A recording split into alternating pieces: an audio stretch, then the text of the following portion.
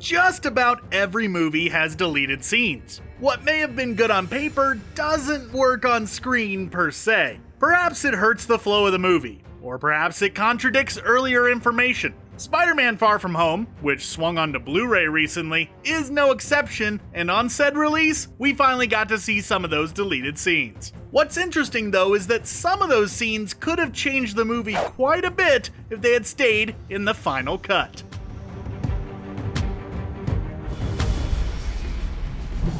Let's start with the one that doesn't directly have to do with Spider-Man, but rather his academic nemesis, Flash Thompson.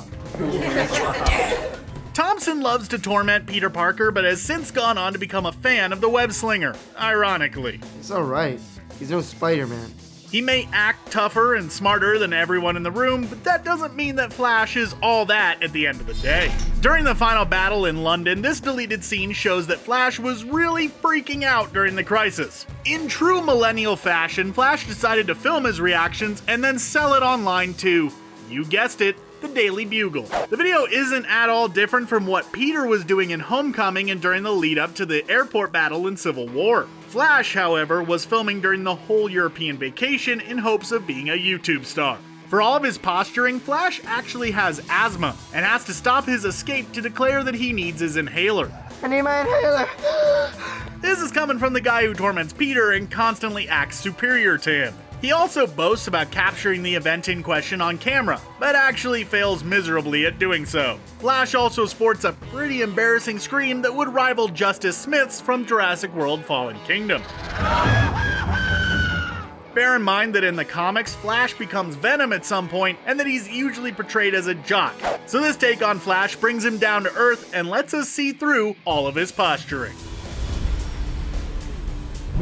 Jumping from that particular moment, we also see that the Flash Thompson vlog experience is from a collection of clips that actor Tony Revolori shot himself. They're all selfie-styled video clips where Flash usually says something dumb or ignorant to the camera. So stupid. As fun as these bits are, they do break the momentum of the movie and feel more like found footage. It worked for Peter, but to repeat the same idea again with a side character we don't particularly like makes it hard to care for these POV shots, which explains why they were cut. That being said, they'd be a hysterical short film or companion piece to the main movie, which is why they're released as part of the deleted scenes. We all remember the funny and painfully awkward flight Peter and his class took to get from the States to Europe. Peter wanted nothing more than to sit next to MJ, but that didn't go as planned. And while the movie did focus on the flight over, they never showed us the flight back home. In this brief scene, we get to see that Peter finally gets to sit next to MJ on the plane after wishing it so badly the first time around. But due to all the craziness with Mysterio in London, it seems like the pair just wanted a good nap. The scene, while offering no dialogue or any huge revelations, is probably the cutest moment in the entire MCU, yet this short little clip didn't make it into the final cut. Attached to this scene is Peter asking May what she thinks of Tony's glasses after she picks him up at the airport. Her first reaction seems to indicate that, no, that's not the look for Peter, and thinks they're a little obvious. But upon learning that they belong to Stark, she declares that Peter will eventually grow into them. We think Peter maybe should have taken a page from Harry Potter and destroyed it, much like the Elder Wand in those movies. Before making the journey to Europe, or any trip for that matter, most people go through a list of things to do before they hit the point of no return, and Parker is no exception to this rule. The scene is a funny checklist scene, which sees Peter running down his list of tasks to do before the flight. He goes to the local corner store to pick up a dual headphone adapter for his goal of sitting with MJ. From there, Peter needs money to buy MJ her gift, so he decides to sell a bunch of his toys to a pawn shop, including Lobot from Star Wars. On second thought, nah, Peter wants to keep Lobot. The final item on his list is taking down the Manfredi mob. While deleted, this scene was included in the theatrical re-release. Spidey takes down said mob and then gives the cops all the information on who's who. Considering how action-heavy this scene is, we're surprised it was cut in the first place, and that it wasn't reinstated. It can clearly work on its own without the list part, which, as funny as it is, would drag the opening scenes out even longer, meaning the vacation aspect of the movie would have been slightly delayed. This particular moment is part of Peter's to-do list, and seriously makes us wish it was in the final cut of the movie, despite the overall concept of the scene being too long in the end. While we've seen parts of that scene already, this one is funny enough that we had to highlight it on its own. Item number 3 on the list was pick up his passport from the office. Of course, anyone who has had to go to the passport office knows the lineups are usually atrocious and slow, meaning you could be standing there for hours on end. Peter is not having it, as he has more important things to do. But Peter is also Spider-Man, who has been bestowed with some Stark tech, and you can bet that Peter is not being very responsible with all that power. See what we did there? He uses a spider drone to slip into the employee area to activate the booth nearest to him. Not wanting to miss his opportunity, he cuts the line and asks for his passport. Thankfully, there was an employee having lunch at her desk. She somehow missed the giant robotic spider crawling in front of her and is confused and even a bit annoyed that her lunch break is being disturbed by a teenager. Seriously though, who eats their lunch at their workstation? Go outside, go to a cafe, get out of that zone. Words of advice from ScreenRant to live by.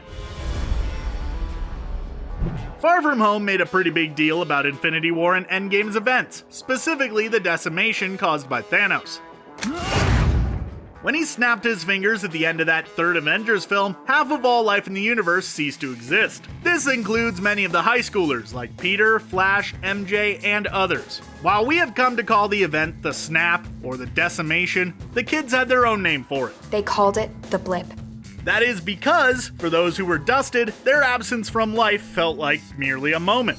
The start of the film opens with a cheesy high school memorial for all the fallen heroes. Those same kids, including Ned's romantic interest Betty, did their own little version of the blip that didn't make the cut. This scene clearly never made it very far in post-production as the visual effects are laughably unfinished. In fact, it looks like a high school project as the pair fade from sight against the green screen, meant to simulate the blip. They then, snap back to reality only to find another student doing their job years later. While this seems to be from the events of Infinity War as they mention a field trip in their newscast, the destination of said trip, the Guggenheim, doesn't match Peter's trip to the Museum of Modern Art, which is what throws this whole scene into question before it was even finished.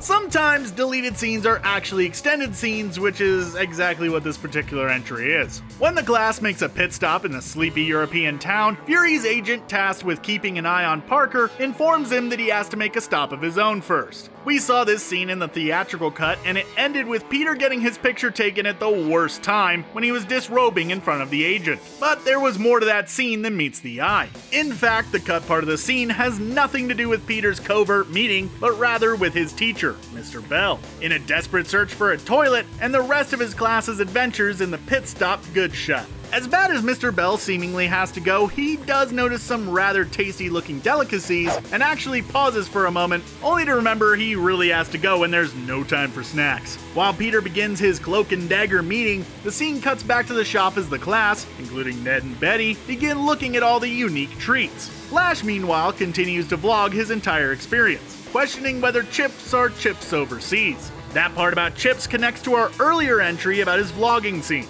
While the European delicacies are fun to see, we totally get why this was cut from the movie, as it breaks the pacing with Peter's meeting. The next deleted scene on our list actually involves Quentin Beck, aka Mysterio. Now that is an Avengers level threat. And his hysterical mocap pajamas that he wears around when he's not making the world think that he's a superhero. Mysterio in Far From Home was out to defame Tony Stark and become a hero himself, and was manipulating the world in order to achieve that goal with the power of illusion. In this cutscene, Jake Gyllenhaal can be seen drinking a green smoothie while his trusty drones fly on either side of him like bodyguards. Gyllenhaal was one of the standout parts from Far From Home, so it's a shame that there was even any deleted scenes featuring him at all. This one sees Gyllenhaal continue to bring the character of Mysterio to new and bizarre heights. The whole thing with this version of the famous Marvel villain is that he uses digital illusions to make the world believe that he's a hero. Since he already thinks of himself as a hero, he sorta acts like it as he delivers his plan to his colleagues, while also casually mentioning the possibility of casualties with his operation. He then slips from his cool and collected diva self to call Fury, amping up the worry and frenzy. Then, as if he flicked a switch, he reverted back into diva mode once the call was over. For all those Mysterio fans, do you wish that this one would have stayed in the movie? Or does it not really add too much in the end? Let us know what you think. What do you think?